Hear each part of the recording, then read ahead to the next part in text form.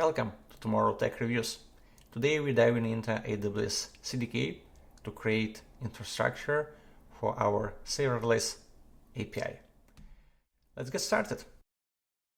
To start from scratch, we will create VPC with 3 subnets: public, private, and isolated.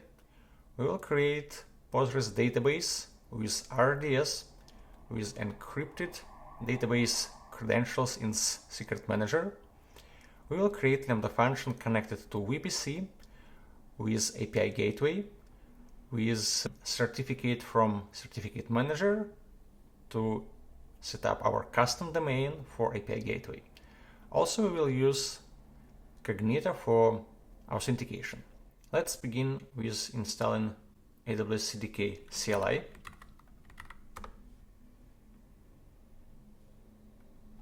And let's create CDK application with TypeScript. Let's explore our CDK application. We have folder bin. It's our entry point of CDK application. In our case, file api.ts will include all stacks from our CDK application, and each stack represents some logical part of our infrastructure, something like database or API with Lambda functions or authentication, and so on. Folder lib will include all these stacks. So let's start maybe with some helpers. Let's create a folder in a root. Let's call it helpers.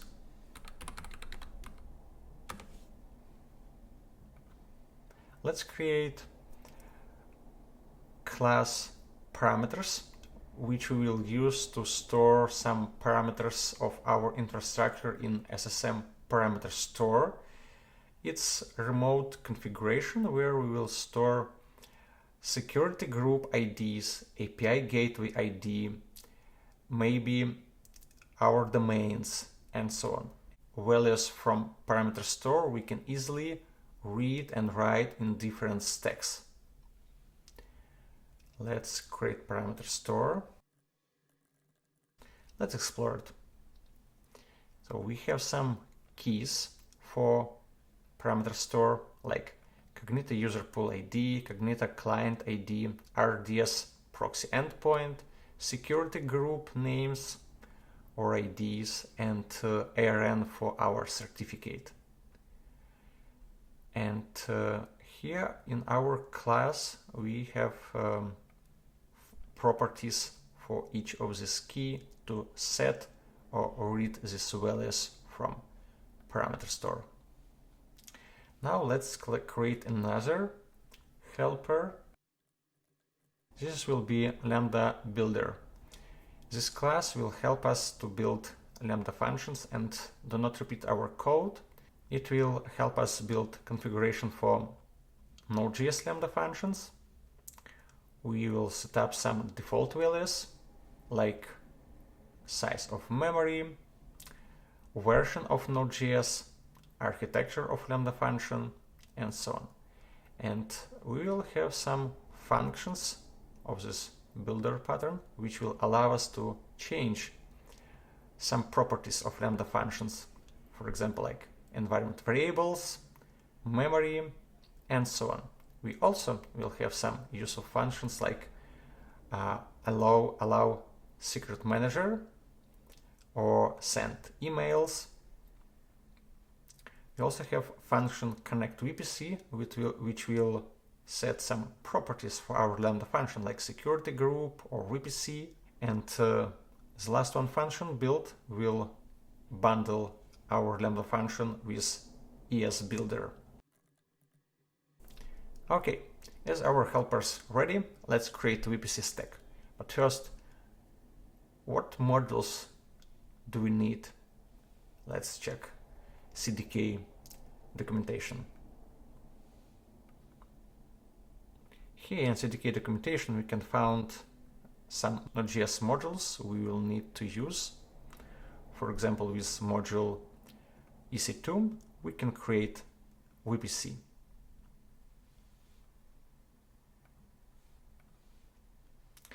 So let's rename our file with our stack API stack to VPC Stack. In VPC Stack, we will create a VPC with 2 availability zones, with 2 NAT gates, with 3 subnets: public, private, and isolated. Private subnet we will use for our Lambda functions. They will need access to internet, but isolated network we will use for database. This network will have no access to internet and no one can access it from internet. So it's perfect for database. Next, we will create security groups, one for Lambda function, one for RDS.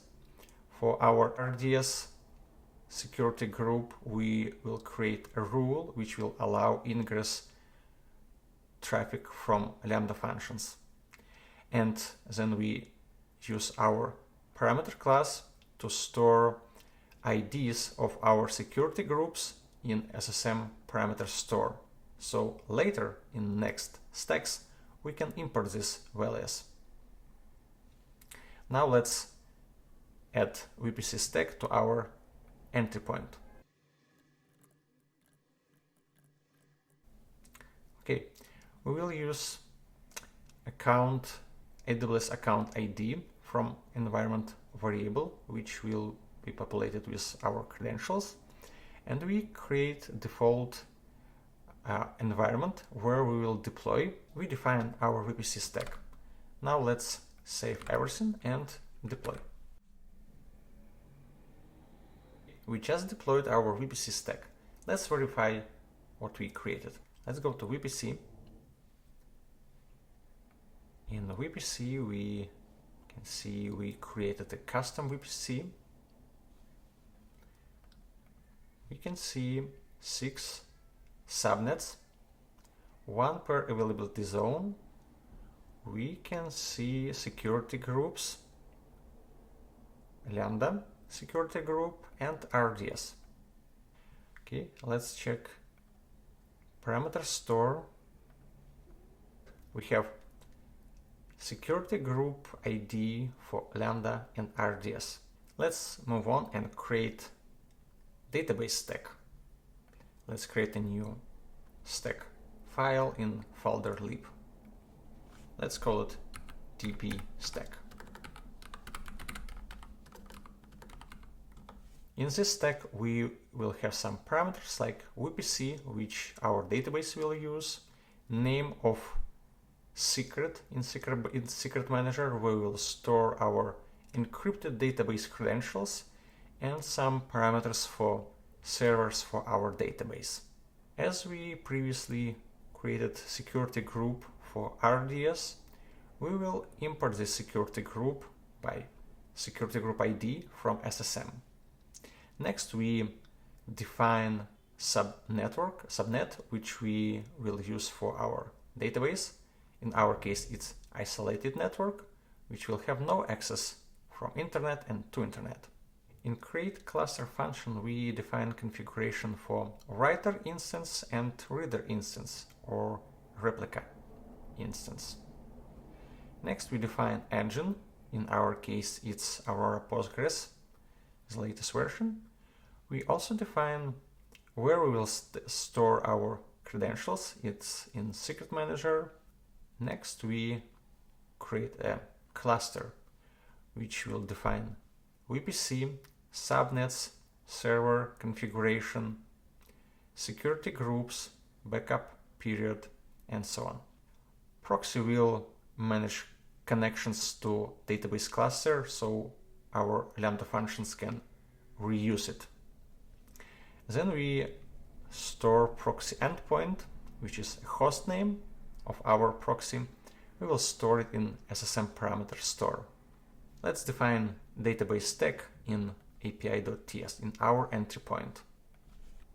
Now let's deploy database stack. To deploy database stack, let's call CDK deploy db, the name of our stack. Our database deployed. Let's check what we have. Good. We have two servers in our cluster in multi-AZ configuration, master and replica. Our cluster have endpoint, but we will use endpoint from proxy. This one. Let's check our database credentials in Secret Manager.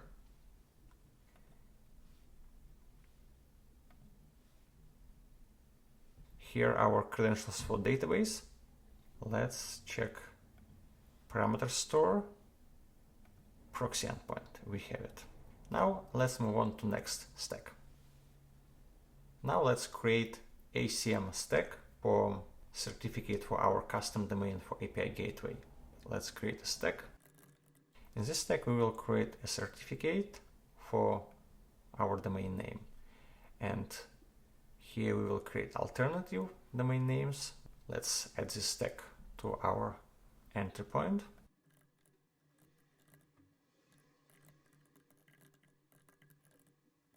Now we need to get values for hosted zone ID and our domain name.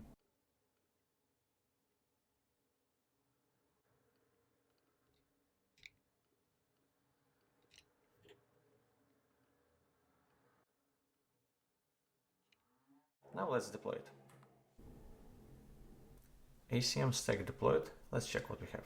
Okay, we have one certificate for domain and all subdomains. Let's check System Manager Parameter Store, and here we have ARN for our certificate. So in next stacks we can import certificate by this ARN. Now let's create a stack for Cognito. In this stack we create a user pool. Next we will create Cognito client with specific flows, and after all we will store user pool ID and user pool client ID in SSM parameter store. Let's add it to our entry point, and now let's deploy it. Cognito Stack deployed. Let's check it. We have our user pool users. Here we have user pool ID, but also we created user pool client. We have user pool client ID. Here we can see all authentication flows. Now let's write our Lambda function. We will create a folder functions in which we will store all our Lambda functions. Let's create first, let's say it will be API chats. Let's also create a folder with shared code, which we can share with other Lambda functions. Let's install some dependencies.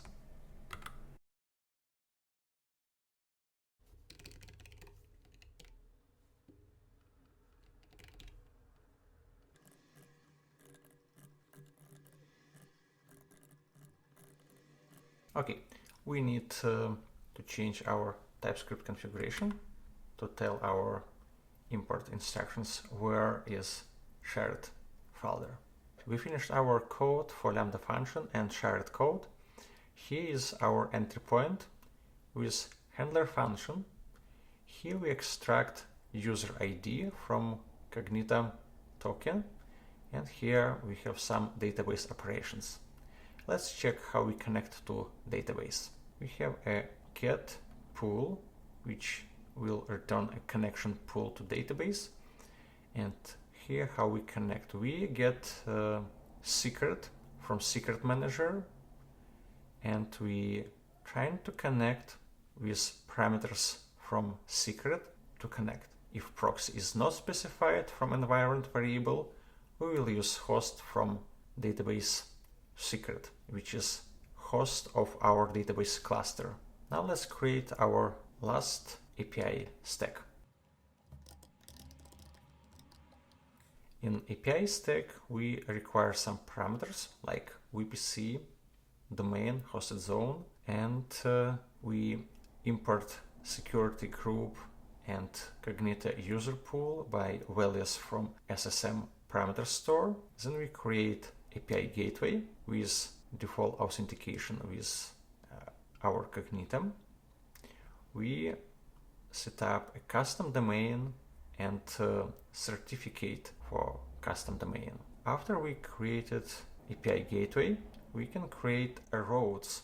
To create a routes, we need to specify integration. This can be a Lambda function or some other service from AWS. To create Lambda function, we use Lambda builder.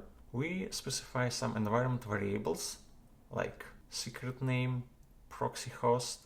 We allow access to secret manager to fetch our database credentials. We also connect to VPC. Let's check what builder use under the hood to build Lambda function. Here we see that we use Node.js function. This is a module from CDK. Let's check its documentation.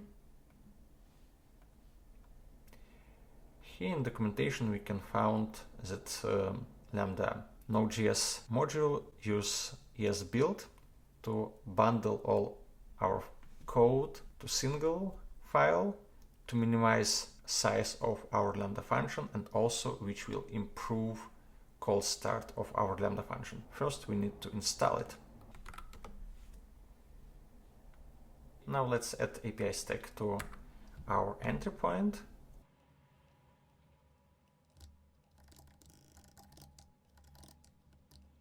Now let's deploy API stack. API stack deployed. Okay, we have API gateway with our routes. We have authentication. We have Lambda integrations. Let's check our deployed Lambda function. Okay, here's our Lambda function. Okay, yeah, it's pretty small. Let's check its configuration.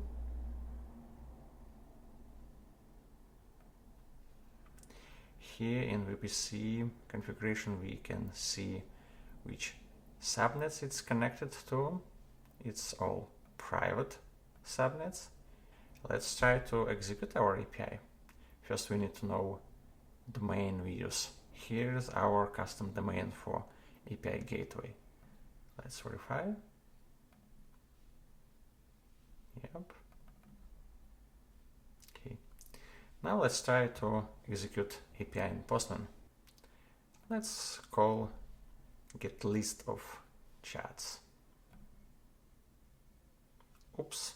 Looks like we need token from Cognito. Let's create a user in Cognito.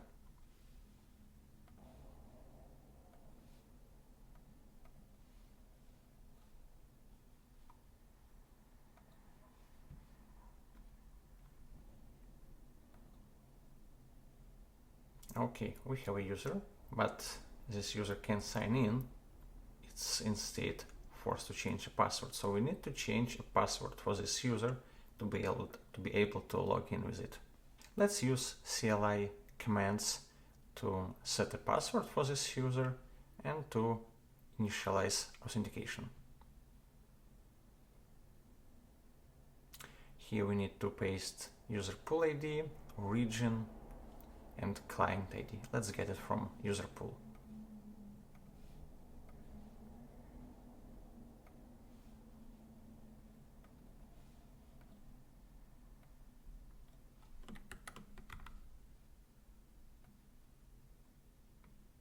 Here's our origin.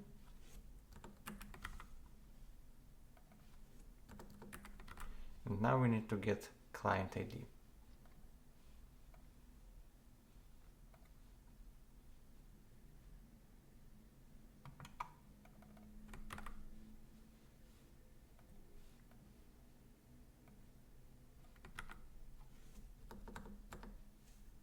Okay, let's run these commands.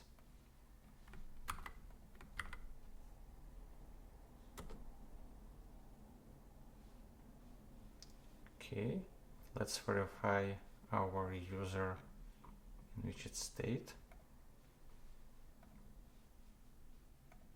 Okay, now our user have confirmed status and able to log in.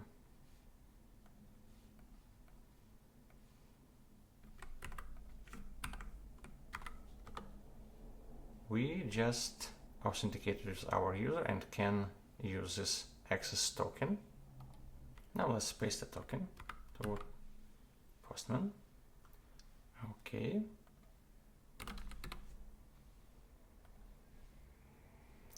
Okay, we created a chat, it works. Now let's list it. Now let's clean all resources we just created. First of all, we need to update our database cluster. We need to remove enable deletion protection. Apply immediately. And now we can call command CDK destroy all.